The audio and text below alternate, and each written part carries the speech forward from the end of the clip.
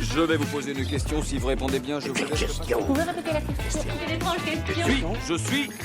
Les séries en question. Et de 6. Depuis l'arrivée de Nouveau Jour sur M6 le lundi 30 juin 2025 à 20h35, la télévision française compte désormais une demi-douzaine de feuilletons programmés sur ses antennes du lundi au vendredi. Dernier venu du genre donc, Nouveau Jour est un gourmand mélange de soap à la Melrose Place, de thriller à la Desperate Housewives, mais aussi d'un soupçon de comédie. Dans ce feuilleton, on suit notamment les aventures de Louise, alias Elena Noguera, sorte d'Amanda Woodward de l'hôtellerie, tenant d'une main de fer l'hôtel familial depuis la disparition de son père. Tout semble aller au mieux pour elle jusqu'au jour où Théa, jouée par la formidable Marion Aimée, revient à Montpellier. En effet, à cause d'un sombre secret de famille, Louise est fâchée comme Jaja avec Audrey, sa sœur, qui est aussi la mère de Théa. Vous suivez ? Bon, du coup, autant vous dire que Louise ne se met pas à danser la lambada quand elle voit Théa débarquer. Mystère, menace en veux-tu en voilà, cadavre dans le placard, les éléments se déchaînent et un maître chanteur semble bien décidé à déterrer les vieux secrets de famille, quitte à déclencher une explosion en plein mariage, le tout avant la dégustation de la pièce montée, ce qui est un vrai scandale, mais passons. Du coup, autant vous dire que la vie à l'hôtel Bartoli, centre névralgique de la série, n'est pas un long fleuve tranquille. Ce qui ne vous empêchera pas, j'en suis sûr, en amateur de sensations fortes que vous êtes, de vous précipiter sur les sites de voyage pour tenter de passer une nuit dans cet établissement. Malheureusement, la déception risque d'être brutale, car le domaine Bartoli n'existe pas. En fait, il s'agit d'un hôtel créé de toutes pièces pour le feuilleton.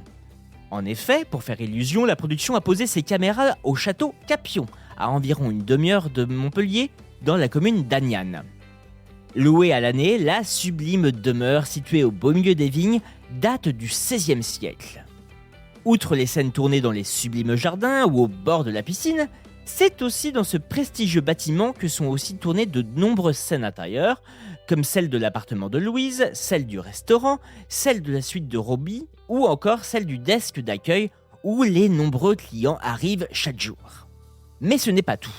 Outre ce premier décor impressionnant, M6 a vu les choses en grand pour son premier feuilleton depuis 2009 et l'échec de Paris 16e. En effet, si en 2004, Plus belle la vie révolutionnait la production avec sa place du Mistral construite en intérieur, M6 est allé encore plus loin avec la construction d'un backlot, comprenait un décor extérieur. Ainsi, sur un ancien parking de 3500 m², en périphérie de Montpellier, 2 quartiers de la ville ont été entièrement reconstitués. Boutiques, terrasses de café et même commissariat, on s'y croirait. C'est également dans ce décor que l'on peut suivre les aventures de Aurélie Konaté en chef de la caserne de pompiers, mais aussi d'Alexandre Varga en patron d'une salle de sport.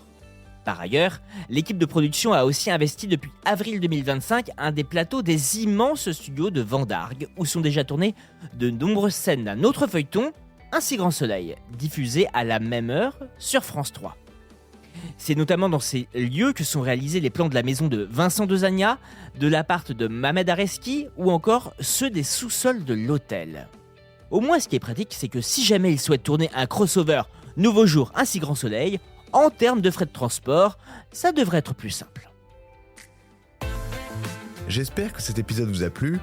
Si c'est le cas, abonnez-vous sur votre plateforme d'écoute préférée pour retrouver de nouveaux épisodes chaque semaine. Et si vous en voulez plus, découvrez aussi la télé en question et le ciné en question sur les plateformes d'écoute et téléloisirs.fr.